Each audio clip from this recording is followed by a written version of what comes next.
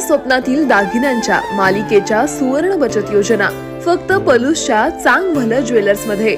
आता मिळवा 1000 मध्ये 10,000चे दागिने, अटी लागू। जीवनाचे सौंदर्य साजरे करा चांग भलं ज्वेलर्स सोबत।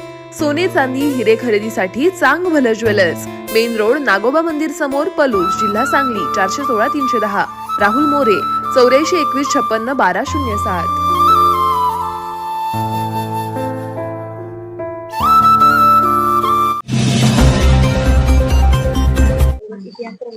कोंगशे किंवा अजून काय ते चितळे वगैरे ही सगळी लोक आहेत। मला असं वाटतं की वरवर पाहता लोकांना असं वाटतं की ही माणसं सांस्कृतिक कार्यक्रम करून आपलं मनोरंजन करत आहे, परंतु ते तसं न करता ते सांस्कृतिक राजकारण करण्याचा प्रयत्न करतात। भूमिका वठवणाऱ्यांनी भूमिका जरूर घेतल्या पाहिजे, पण भूमिका वठवणाऱ्यांनी भूमिका घेताना तुम्ही इतरांच्या भूमिका विकृत करता कामा नये याचं सुद्धा भान बाळगलं पाहिजे। कालचं जे काही राहुल सोलापूरकरांचं जे स्टेटमेंट आहे ते स्टेटमेंट हे ठरवून या मातीतले लोक जे इथे गौतम बुद्ध, चारवाक, बसवेश्वर, छत्रपती महात्मा गांधी यांना आदर्श मानणारे जे लोक आहेत ते सगळे आदर्श मोडीत काढून हेडगेवार, गोळवलकर, श्यामाप्रसाद मुखर्जी हे नवे आयकॉन स्थापित करण्यासाठी जी धडपड चाललेली आहे RSSच्या एका विंगची, त्या धडपडीचा भाग म्हणजे राहुल सोलापूरकरांचं स्टेटमेंट आहे। हे कृपया आपण समजून घेतलं पाहिजे।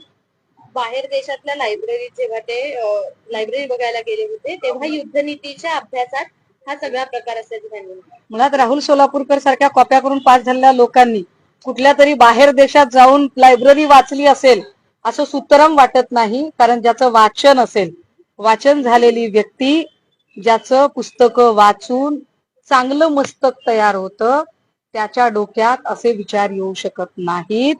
ही संघांनी पुरवलेल्या पुरवण्यांवर जी ही माणसं पोचलेली आहेत अशा बांडगुळांकडून आम्हाला हे अपेक्षितच नाहीये।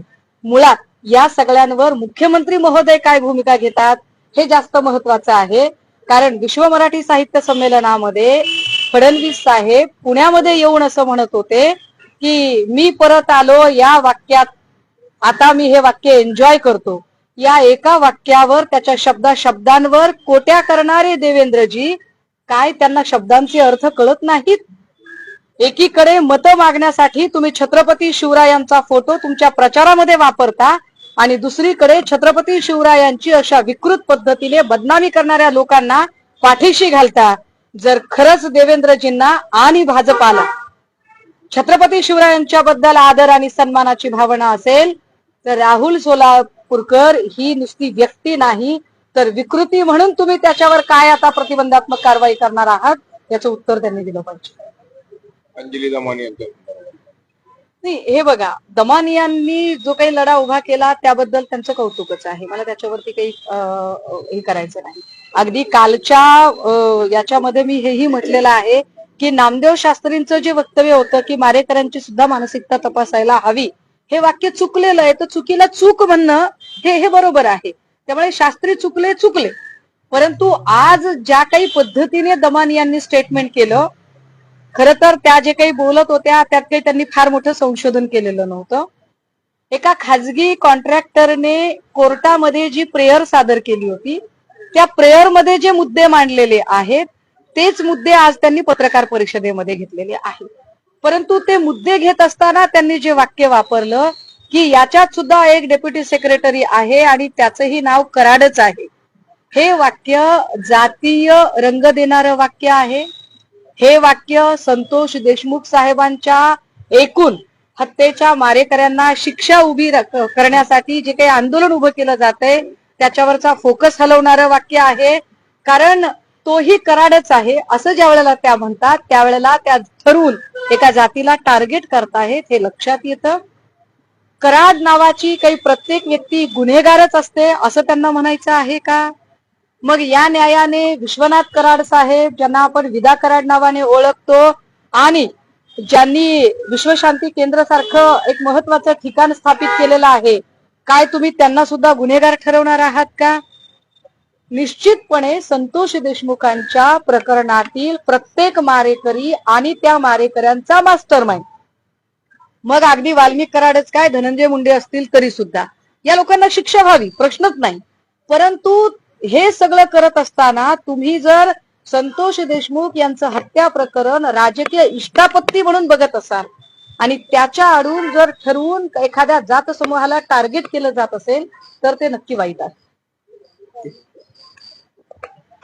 काय रे बाबा एकनाथ शिंदे बोलताना असं म्हणाले की विरोधकांकडून आरोप केला जातो की मुंबई महापालिकेचे खंडे आहेत त्या मोडलेल्या आहेत. मग एकनाथ शिंदे बोलताना असं म्हणाले की टीव्ही ज्या आहेत त्या मोडलेल्या नाहीत, कोणताही कर जो आहे तो मुंबईकरांवरती लादलेला नाही, दुर्गंध नसणार आहे. आणि जो अर्थसंकल्प सादर झाला विरोधक फक्त टीका करतायत, टीका करण्याचं त्यांच्याकडे काम नाही, सर्वसामान्यांना दिलासा देणारा हा अर्थसंकल्प. एकनाथ शिंदे आता काय बोलतात किंवा काय नाही बोलतात हे आता महत्वाचंच नाहीये, कारण आता सगळा जो फोकस आहे तो सेंट्रलाइज्ड देवेंद्र फडणवीस यांच्यावर आहे.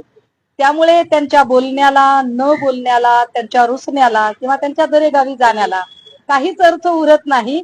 मला असं वाटतं की या सगळ्यांवर स्टेटमेंट देऊन लाईमलाईट मध्ये येण्याचा प्रयत्न करण्यापेक्षा शिंदे साहेबांनी आता या सगळ्या प्रकरणामध्ये तुम्हाला तुमच्याच ठाण्यामध्ये गणेश नाईक कशा पद्धतीने कशन देत आहेत आणि देवेंद्रजींनी त्यांना किती राजाश्रय दिले त्याच्यावर चिंता करणं त्यांच्यासाठी जास्त गरजेचं आहे. ते जास्त महत्वाचं.